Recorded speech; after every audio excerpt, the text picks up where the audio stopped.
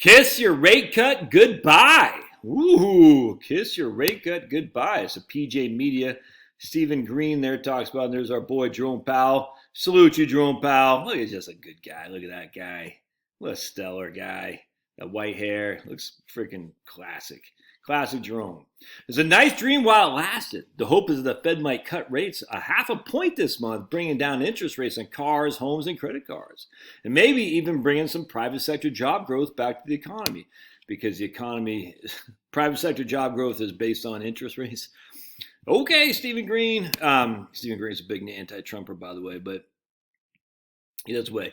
Beat SMA. Alas, that no longer looks so likely. The BLS reported Wednesday that the core consumer price index increased by 0.3% from July. That's the most in 4 months and up 3.2 from a year ago. Housing costs were the main factor in July's increase. In fact, the biggest decline in the CPI was a decline in energy prices. How's ironic? Come on, how ironic is that? Energy prices all of a sudden during an election. Come on, going gas prices going down. Yeah, 274 here in Georgia. Come on. Oh, there he is. There he is. Mm-hmm. Give me those antibodies. Give me those antibodies. Mm-hmm. Mm-hmm. Antibodies, please. Mm-hmm. This is not a dog channel. Look at that guy, so cute. I'll get Pablo. Oh, there you go. Come here, Pops. All right. There's Stoner Pablo. Stone Pablo. Look at him. Pablo didn't like to kiss me so much, though. Anyway, so we got gas prices down to 274. I'll take it. It's still high, though. Housing costs are always a lagging economic indicator since mortgage rates generally change slowly and homes aren't exactly everyday purchases. Exactly, which is why it should be part of CPI. What these costs indicate with today's news is that Biden inflation isn't done yet. With July's inflation report came in August, slightly under expectations. That gave Wall Street hope that there might be a half a point rate cut this September. However, with this August report, we might consider ourselves lucky to get a quarter point of relief. In fact, Zero Hedge says that was the 51st straight month of month-over-month increases in core CPI, which is a new record high. Point of the Biden heels up trifecta of massive spending regulatory bills, Inflation Reduction Act, Infrastructure Act, and the American Recovery Act created a gravy train feeding frenzy and a crippling regulatory load on the productive remnant of private sector. Well, I completely agree with that. In fact, I was just reading Sniffy Joe said he should not have named it the Inflation Reduction Act. He should have named it the Climate Change Act. These guys are just those freaking snakes in the grass. Snakes in the grass. What are you doing, baby? Let's keep going. Right here. The relief we've been enjoyed from inflation over the last year is only part due to high interest rates that have crippled private sector job creation, disfigured the housing market. Much of that is thanks due to Beijing's mismanagement of the Chinese economy. Communist China has serious problem with deflation. Beijing is trying to stimulate the Chinese economy by flooding global markets with inexpensive exports. That's called mercantilism. We're going to prosper our way by manufacturing to other people, and we're going to take their inflation. We're going to give them lesser price goods. It works for a little bit until it stops, what I'm saying. And then it'll work until you get higher competition for lower costs and things of that nature. And that's what's going on in China right now. But anyway, it's very interesting. Let's see.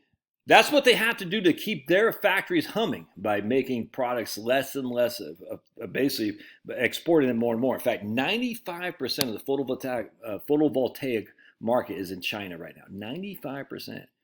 If you got solar panels made in China, it's just fact. How much further low can they go?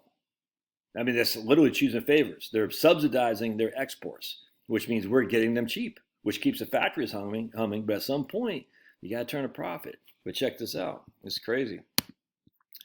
That's what they have to do to keep the factories humming and people employed spending their money to avoid a 1990 style Japanese deflationary spiral, 100%. Currently, China's most important export isn't cheap consumer goods, it's deflation. Of course, our biggest export is topsoil going down the Gulf of Mexico and then inflation. All right, but check this out. This is interesting with China. China bans foreigners from adopting its children. It's just the other day. Look at this. Remember, you see all these Chinese girls adopted by white families in America. Tons of them. They're cute as buttons. I love them. China's not letting you do that anymore. Why? Because they know they have 119 men for every 100 ladies. That's 19 men are not going to find a significant other. A lot of those are young men. What happens when young men can't take care of their get jiggy with it needs with their wives? They get restless. They get restless. That's not good. Now you can throw, freaking bread and circuses at them. China, they don't have football. I don't know what they do for their bread and circuses, but at some point, those 19 men who don't have a significant lady are not going to be happy campers, especially when the economy is being slowly but surely deflated. It's crazy, man. So, I mean, you hear that? And of course, they have obviously, their stupid one-child policies. They're doomed. I mean, it's doomed from a population wreck. It's happening. China is banning the adoption of its children to parents overseas as it grapples with a demographic crisis. Hundreds of American families have been left in limbo by the sudden scrapping of China's decade-long inter-country program. The foreign minister said the decision was made in line with the spirit of relevant international covenants and added that foreigners only be permitted to adopt stepchildren in China of children of blood relatives in China. I tell you, man, look at all these people. Spanish couples take their newly adopted Chinese children for a walk in Beijing, whatever that is, Tiananmen Square. Before the pandemic, China was a top country of origin for international adoption. American families have adopted almost 83,000 children from China. That's just sad, dude. Look, birth rates failed to bounce back. Look at this. Birth per 100,000 population. I mean, look at that, dude. It's like half five. Anyway.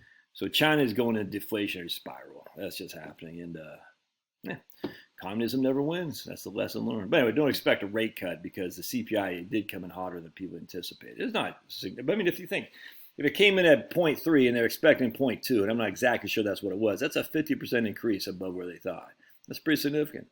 I will be interested to see if there's going to be a big rate cut. I'm not banking on this for sure. All right, God bless. We'll love to hear your thoughts. See ya. Don't forget to fondle.